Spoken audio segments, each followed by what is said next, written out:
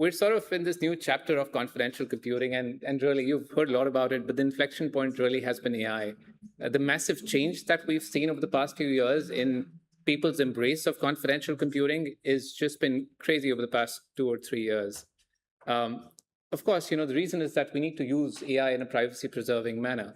And at its core is a lot of the data which is used to train these AI systems. Now, that data has to be protected because it can be manipulated, it can be poisoned, and you need to make sure that doesn't happen for the model to be effectively good. And then, of course, there's the models and the weights themselves which need to be protected as well.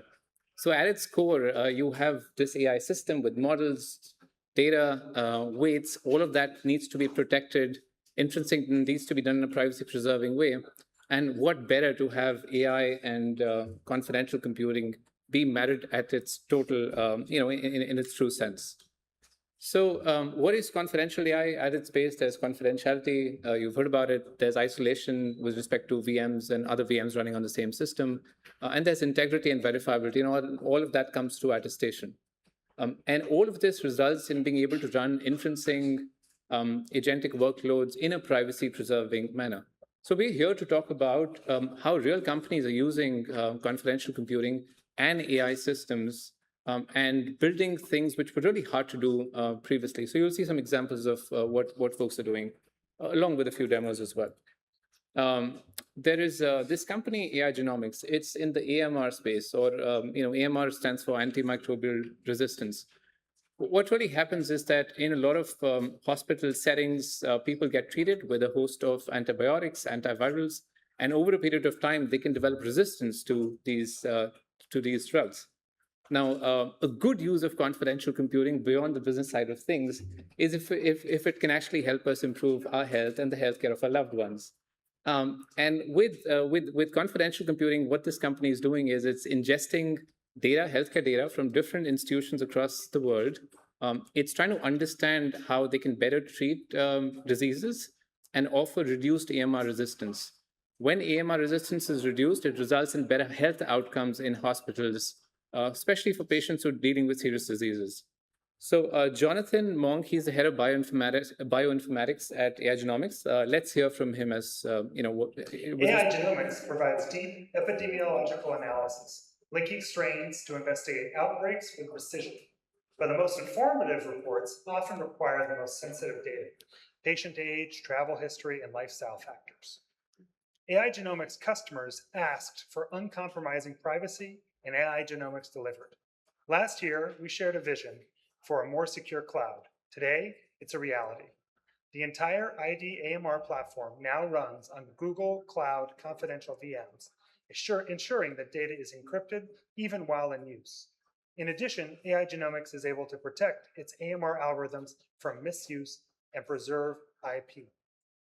Our next step is to start using confidential space. This allows for securing processing in the cloud without ever uploading data to AI Genomics servers, protecting both customer-sensitive information and our proprietary algorithms.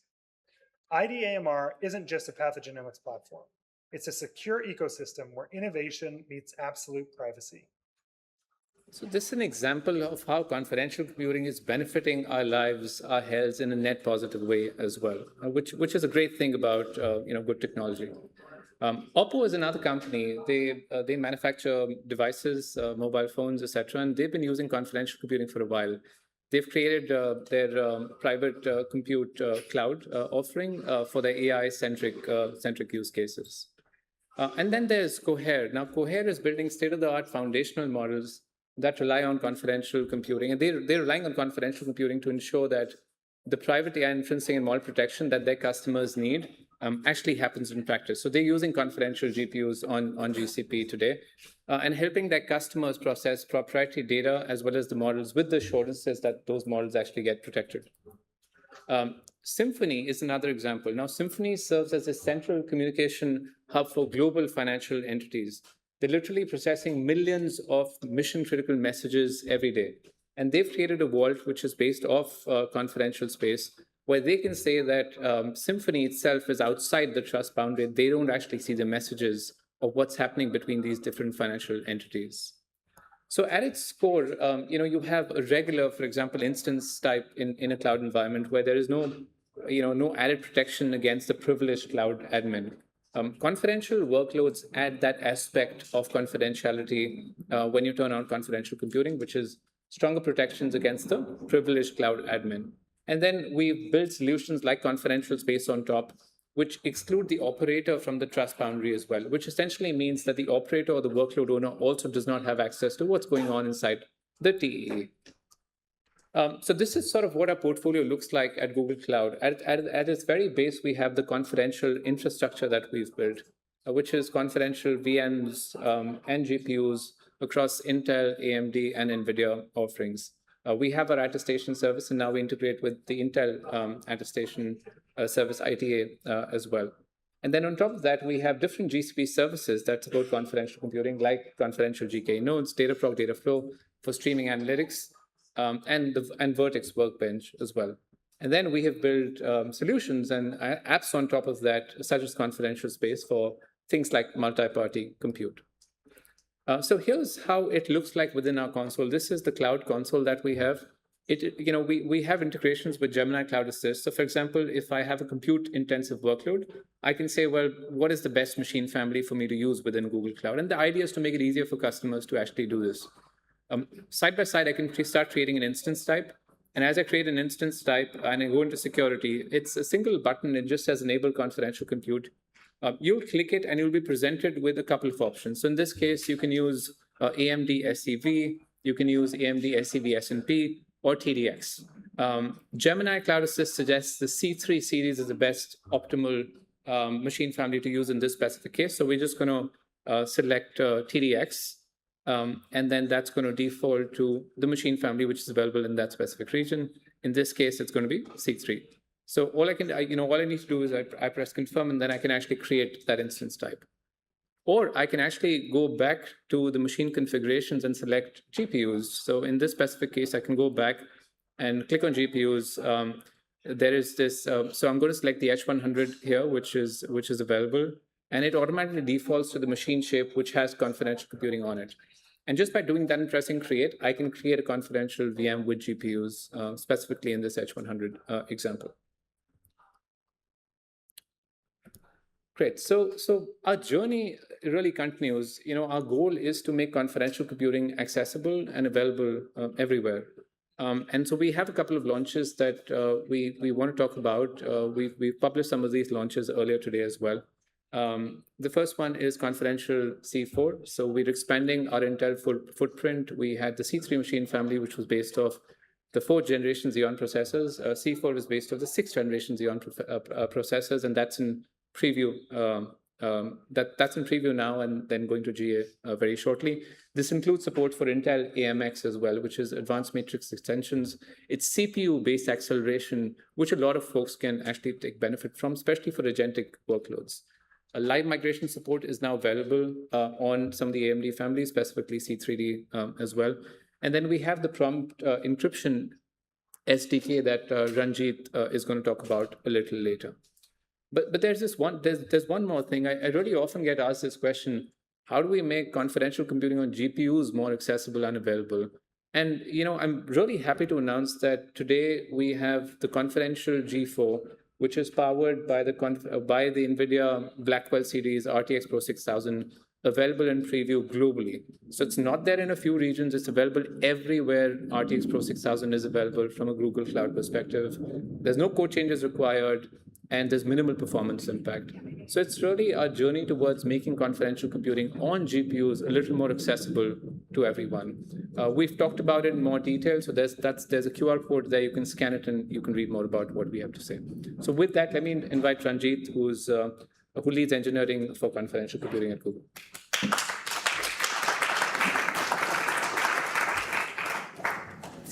Good afternoon, everyone. Great to see you all here. For this next section, I just want to maybe take us through the details of maybe 3 critical aspects as we all look to build out a confidential AI solution. We have confidential VMs, confidential GPUs, and we'll also talk a little bit about what it means to secure prompts end-to-end across the ecosystem. Now, all of us here are very familiar with confidential VMs, and so I'm not going to belabor the point. I think at the end of these couple of days, we're all going to be TEE'd out. But I think we all know that CVMs offer confidentiality. This is in the context of per VM's hardware-specific ephemeral keys that are used for memory encryption. We also have workload integrity that CVMs bring us. And finally, we have the verifiability through hardware-based, hardware-rooted remote attestation. Now let's talk about GPUs for a second here. Right? Now, in a typical VM with just a GPU attached, the communication between the CPU and the GPU is unencrypted. And in addition, what you'll also see is that the host OS and the hypervisor do have full access to what is running on the GPU. Now, to ensure that our models and, importantly, our data are protected, we build on CVMs with confidential GPUs. Right? And when you pair a confidential VM with a GPU that is running with confidential mode turned on, all communication over the PCIe link between the CPU and the GPU is then encrypted. This is done with the help of a driver that is running in the guest OS using an encrypted bounce buffer. In addition, all GPU to GPU communication over NVLink on the same machine is also encrypted. Now, all of this, as Sam alluded to, is done transparently the moment you enable confidential compute on the system. Finally, we also get cryptographically asserted claims from both the CPU and the GPU to ensure that you, as a user, can verify the properties of this environment before you run your sensitive workloads. Now, this is a powerful system, right? You can run these demanding AI workloads with all the protection that confidential compute brings to the table and do so without having to change your workload. Now, we've talked about confidential VMs. We've talked about confidential GPUs and how they essentially provide this protected environment to run our AI models, to run the workloads that we care about. But what about the data that is exchanged between these client applications and this protected environment? These could be your user-generated prompts, associated responses. All of this is also sensitive, important information that we'd like to keep protected. As Sam mentioned earlier, we have recently talked about our confidential compute-based prompt encryption SDK to help with precisely this. And we talked a lot about what it means to have open source code available. This is open source and available for all of us to use here today. Now, this SDK takes care of establishing an end-to-end attested and encrypted communication channel between the client application and the server environment that is running your protected workload, filling in that last mile gap. What I maybe try to do is maybe just take a couple minutes to dive into exactly how this will work here, right? The first step is to generate a set of instance keys, and this is essentially an ECDSA public-private key pair. This is done by the server SDK that is integrated into the workload. The inference workload will then use an OIDC token to essentially prove its trustworthiness to the client. Now, before it is granted this OIDC token, there is an attestation verification flow that happens between the inference server and the attestation service. The server SDK essentially gathers attestation information from the CPU, the GPU, and the workload, and sends that off to the attestation verifier. And once that is verified successfully, the workload then gets back an OIDC token with relevant claims. And this includes a binding to the instance key that we just saw generated in the previous step as well. Now we come to the point where the client wants to connect. And in step 3, the client application initiates a standard TLS connection to the server. And this potentially is routed through a number of intermediate nodes as well.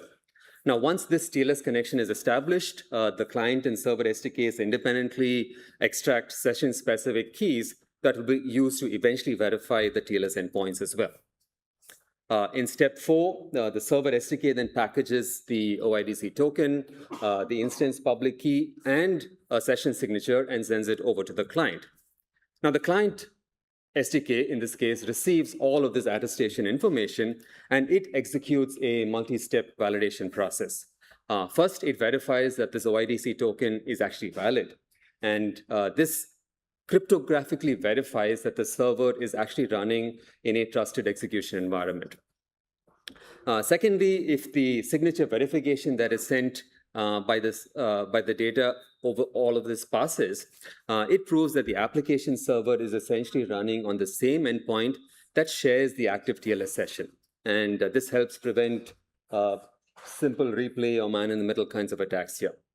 Now, once step 5 is done, the connection is considered secure, and the client can safely begin sending and receiving data. And that those would be your prompts and the associated responses as well. Now, we've talked about confidential VMs, confidential GPUs. We talked a little bit about what it means to secure the channel end-to-end between the client and the server applications as well. Now, all of this essentially adds up to provable privacy. And we've talked a lot about why this is important this morning. We've also made this easy to use, right? Confidential VMs and GPUs, you enable it with a single click of a button. The prompt encryption SDKs are easily integratable into both your client and your workloads as well. Now, maybe in the next couple minutes that we have, let me just try to bring all of this together and see what an actual example would look like. And before I do that, I'm just going to pose a very simple question for us. If you had timely private access to your own medical data, how would this redefine your personal well-being? Sam talked a little bit about why healthcare is an important thing, and this is just extending that a little bit further as well. And especially in today's world where I think we're all of us are just running nonstop, and time is at a premium here, I think that this would be a game changer. So let's see how we can walk this out with all those pieces of technology that we just covered here. So to help us with this story, let's imagine that I have a medical provider, and this provider has access to all of my medical information, right? My medical history, reports, lab tests, etc. And to enable me as a customer to get timely and private information based on my personal medical history, let's say this provider has also made an AI-based personalized assistant that can run over all of this data.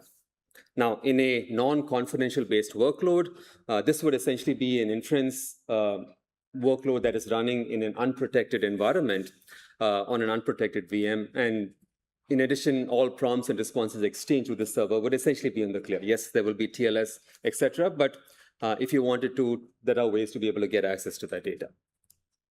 Now, as a first step, we can encrypt data at rest, right? This is simple. Google does this by default. Next, we can bring in confidential VMs and confidential GPUs to protect the inference workloads. And this also offers us the ability to get a verifiable attestation over this environment. And this will protect the workload when it's running on a shared cloud. And finally, we can add encryption of prompts and responses from the client all the way to the trusted execution environment that is running this workload. And this will protect user data end to end. Now, to see this in action, we'll just take a quick look at a demo. I'll show this on our recently announced confidential G4 platform, which are running the AMD SEV confidential VMs along with the NVIDIA RTX Pro 6000 GPUs, also running in confidential mode. And in this scenario, the client application and the inference workload have also integrated the prompt encryption SDK to essentially secure the end-to-end channel. Now, I'll start with just showing us the VM that is set up as the confidential inference backend. This is a standard GCE G4 AMD-based system. You'll also notice here that it is running confidential compute with SEV enabled, and it has a NVIDIA RTX Pro 6000 GPU also set up in confidential mode.